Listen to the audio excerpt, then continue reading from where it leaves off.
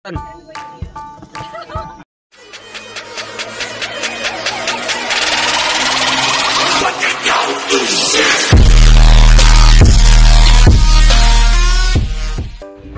guys, ito na yung day 2 ng aming Sagada Tour. 3 AM nga pala na kami nagising ngayong umagang ito kasi kinakailangan namin habulin na before 4 o'clock ay dapat nakapagpa-register na kami para doon sa pag-akyat namin sa Marlborough Hills na kung saan makikita natin yung Sea of Clouds at saka yung sunrise. Ayun na nga, so nakapag-register na kami at nagsimula na kaming maglakad. So, start na tayo ng ating paglalakad.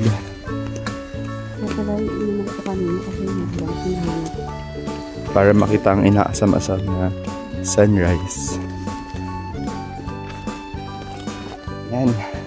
So ito ang maliwanag na.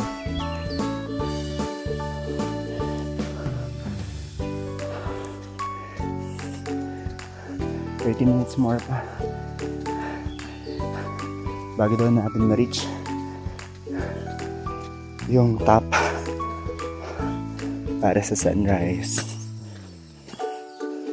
Since maliwanag na, pwede na tayo magpakuha para sa magandang background. So ayan nga pala, ito nga pala yung point na kung saan mga 10 minutes away na lang doon para makita natin yung sunrise.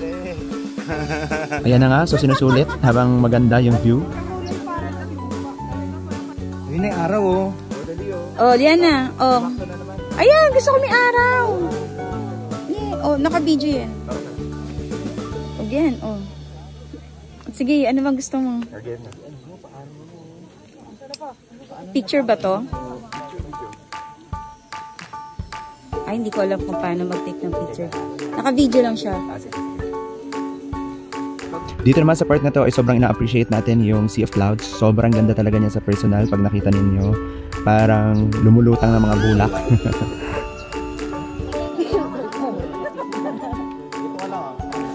Sobrang dami ng tao this morning kasi sumabay tayo sa weekend. Kaya marami talaga mga dumayo ngayon dito sa Sagada. From Baguio yung halos yung mga nakasabay namin dito. Tapos ayan, syempre sinulit pa rin natin ang view dahil minsan lang naman tayo makapunta dito sa Marlborough Hills at makakita ng ganito kagagandang Sea of Clouds. Kaya masayang-masaya yung mga tito-tita nyo. Anyway, sila nga pala yung mga gala buddies natin, mga kasama natin kada tayo ay namumundo. Sila nga pala yung mga high school friends ko and family na rin as well, syempre dahil sobrang tagal na namin magkakakilala, magkakaibigan at magkakasama kami sa mga journey, adventures na katulad nito. Hopefully kayo din ay makakita ng circle na katulad nito na kung saan nagkakaunawaan. Simple lang, kung ano yung mga gusto ninyo ay sana magkaroon kayo ng pagkakaisa sa kung ano man yung gusto ninyong gawin. Kasi para mas ma-enjoy ninyo yung travel if ever magpa-plan kayo travel with your friends. Kaya sa mga kabataan dyan, maanong ulam? Hindi, joke lang. So, sana ay makakita kayo ng mga tapat na kaibigan na talagang sasamahan kayo sa hirap at ginhawa. And of course, syempre, lalo na sa mga ganitong type of activities, sana ma-share yung mga experiences together with your close friends. Uy, di ka naman kumaway.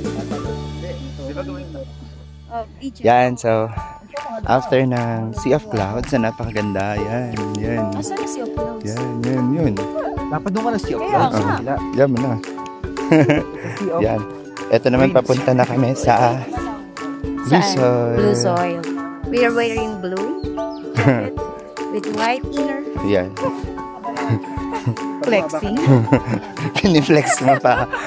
Pa-flex naman po. So yan, nakita naman ninyo, no? Nakakangiti pa yung mga yan kahit medyo matagal-tagal ng lakaran at pa-slope yung mga dinadaanan namin, paangat, pababa, pero hindi pa rin makikita yung pagod sa amin kasi nga worth it yung mga nakita natin dito sa taas.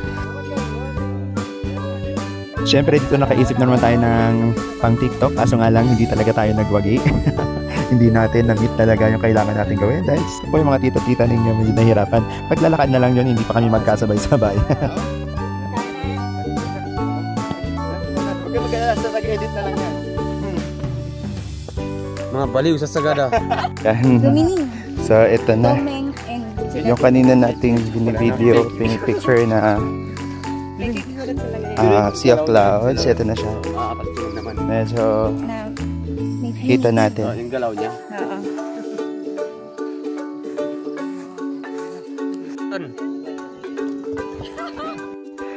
Ayan na guys, so natanaw na natin yung blue soil.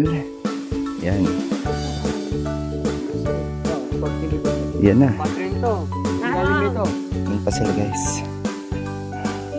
Dire-diretso lang ang pababa. Pagkatapos ng mahabang paakyat ay pababa naman tayo dire-diretso hanggang marating natin yung blue soil.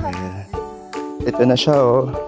So kahit malayo pa siya doon, makikita na natin yung trace ng blue soil. Ayan oh. Yan na siya. Guys. Yan. Pag tag-ulan daw, nagiging pink yung blue soil na yan. Yun. Pag nahugasan daw. Oh, yun. Nandito na tayo sa blue soil. So, para mas malapitan natin. Ayan, dami tao eh. Yun, so napa-jump shot pa nga dito sa blue soil. And then after that, ay nagsakad na kami pababa para naman kami ay mag-lunch. Kasi after lunch, ay meron pa ulit kami pupuntahan. Ace Restaurant. Alaman tayo. Ayan. Subukan na natin. Tikman ang pinagtikhan. Saka na itong hap. Dapat na-witness natin kung paano siya hinuli. Hindi ako ganun ka-fan ng lemon, pero in fairness masarap talaga yung lemon pie nila. Kasi ito rin talaga tinikman namin para at least, ito kasi isa sa mga delicacies talaga na dinadayo din talaga dito sa Sagada. Maliban sa pinikpikan na kinain din namin kanina. Titikman naman natin yung kanilang lemon pie. Sige, everybody, subukan na natin. Ay.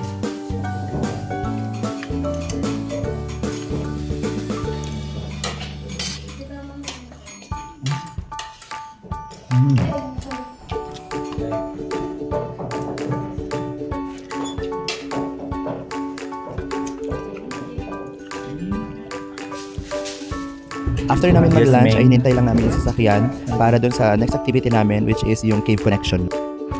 Thank you for watching.